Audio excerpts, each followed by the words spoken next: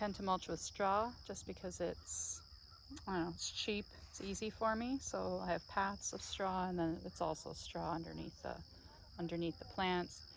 I don't worry about how many up necessarily. I don't worry about what the blooms look like. I'm also collecting seed here. What I've done is I tend to have it separated into forms. So formal dahlias, laciniateds, water lilies, you know, in the hopes that the bees from the hive will do the pollination for me and I can play around with some seedlings. So let me take you through some of the dahlias that are blooming right now. So this one is Walterhardy. It's a giant white. It's one of my favorites. You will always be able to get a bloom in time for the show. It's an earlier blooming giant. You can't say that with all the giants that you're going to get a bloom, especially the Aggies and the Aggie White, Louis White. But Walter will always give you a bloom.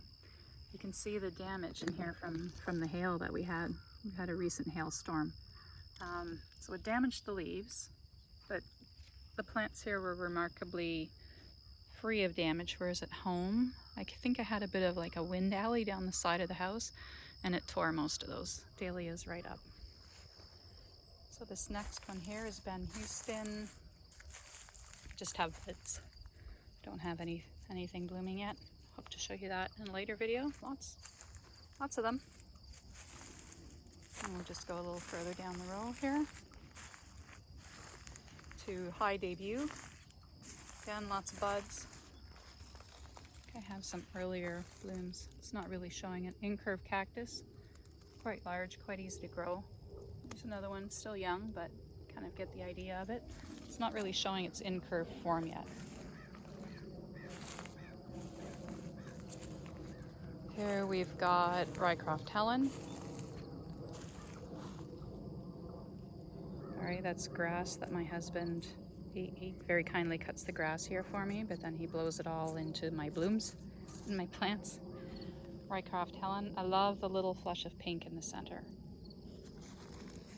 And then we got one of Michael Burns's seedlings here.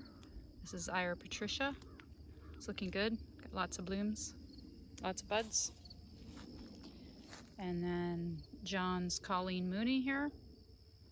Always a nice green, lush foliage, beautiful, intense colored dahlia. That's lovely. Here, one of my plants got hit by the wind and snapped off. You can see here. Anyways, the top of the tuber is somewhere around here. So it was a substantial stem, I would say, good 4 or 5 inches around. And it snapped in the wind. I'm just going to leave that in the ground as long as I can. If it rains like a lot, like several days in a row, and I think things are getting too wet, I might consider digging it up. But for now, I'll just leave it in the ground. Unfortunate, but it happens. Then going further along here, we go into the cut flower dahlias that I'm growing just further tubers. Of course, Cafe au lait.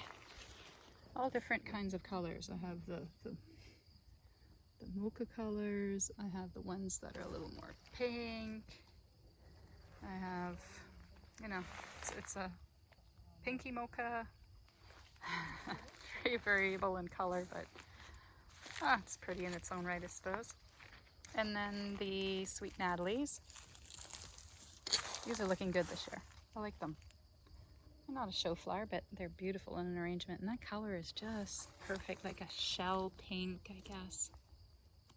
Love it. And that's the end of this first row.